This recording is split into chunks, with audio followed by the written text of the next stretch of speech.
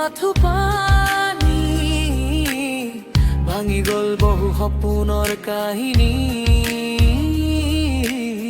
ঘৰ বাৰী উটি গল হেৰাই গল হাঁহি চকুলোৰে লিখে আজিৰ অসমৰ গাঁথি মানুহ জীৱ জন্তু সকলোৰে কান্দো বানপানীয়ে কাঢ়ি নিলে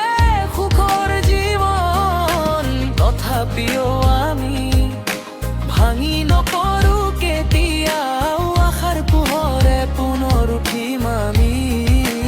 নতুন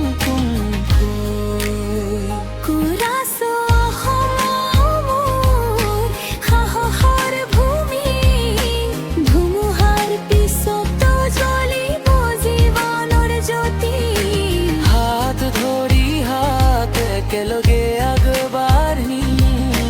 বানৰ দুখ জয় কৰি নতুন